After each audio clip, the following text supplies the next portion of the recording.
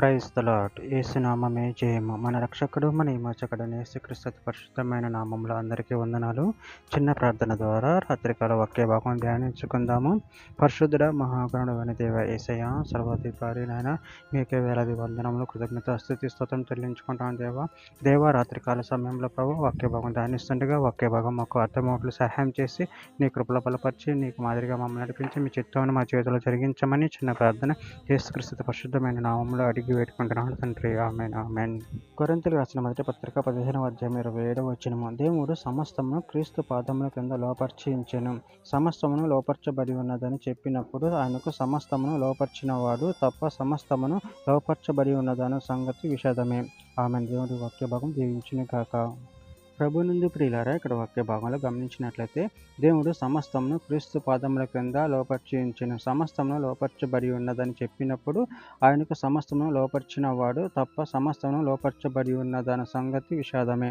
అదేవిధంగా వాక్య భాగంలో గమనించినట్లయితే కీర్తన గ్రంథం 8వ అధ్యాయం 6వ వచనంలో నీ చేతి పనుల మీద వానికి అధికారం ఇచ్చి ఉన్నావు. మత్తయి సువార్త 11వ అధ్యాయం 27వ వచనం సమస్తమును నా తండ్రి చేత నాకు అప్పగింపబడి ఉన్నది. తండ్రి కాక ఎవడను కుమారుని ఎరగడు, కుమారుడు కాకను కుమారుడు ఎవ్వనికి ఆయనను బయలుపరచను ఉద్దేశించిన వాడు కాకను మరి ఎవడును తండ్రిని ఎరగడు. మత్తయి సువార్త 28వ అధ్యాయం 18వ వచనం.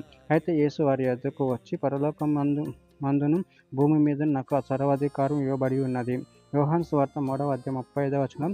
తండ్రి కుమారుని ప్రేమించుతున్నాడు గనుక ఆయన చేతికి సమస్తమును అప్పగించి ఉన్నాడు. హెబ్రీయులకు రాసిన పత్రిక 1వ అధ్యాయం 13వ వచనం. అయితే నేను నీ శత్రువులను నీ పాదములకు పాదపీఠం చేయు వరకు నా కుడిపార్శ్వన కూర్చుండుము అని దూతలతో ఎవరిని గూర్చి ఆయన ఎప్పుడైనాను చెప్పిన. పేతురు రాసిన మొదటి పత్రిక 3వ అధ్యాయం 22వ వచనంలో ఆయన పరలోకమునకు వెళ్ళి దూతల మీదను అధికారుల మీదను శక్తుల మీదను అధికారం పొందిన వాడే దేవుని కుడిపార్శ్వన ఉన్నాడు. ప్రకటన గ్రంథం 1వ అధ్యాయం 13వ వచనము. నేను మొదటి వాడను కడపటి వాడను, జీవించు వాడను మృతుడనైతిని గాని ఇదిగో ఈ యుగములో సజీవుడనై ఉన్నాను, మరియు మరణము యొక్క పాతాళ లోకము యొక్క తాళపు చెవులు నా స్వాధీనంలో ఉన్నవి. చివరిగా ఒక మాట, అపొస్తలుల కార్యముల గ్రంథం 10వ అధ్యాయం 36వ వచనం. యేసుక్రీస్తు అందరికి ప్రభు. ఆయన ద్వారా దేవుడు సమాధానకరమైన సువార్తను ప్రకటించి ఇజ్రాయేలుకు పంపిన వర్తమానం మీరు ఎరుగుదురు. ఆమె దేవుడి వాక్య భాగం దీవించుగాక. చిన్న ప్రార్థన చేసుకుందాము.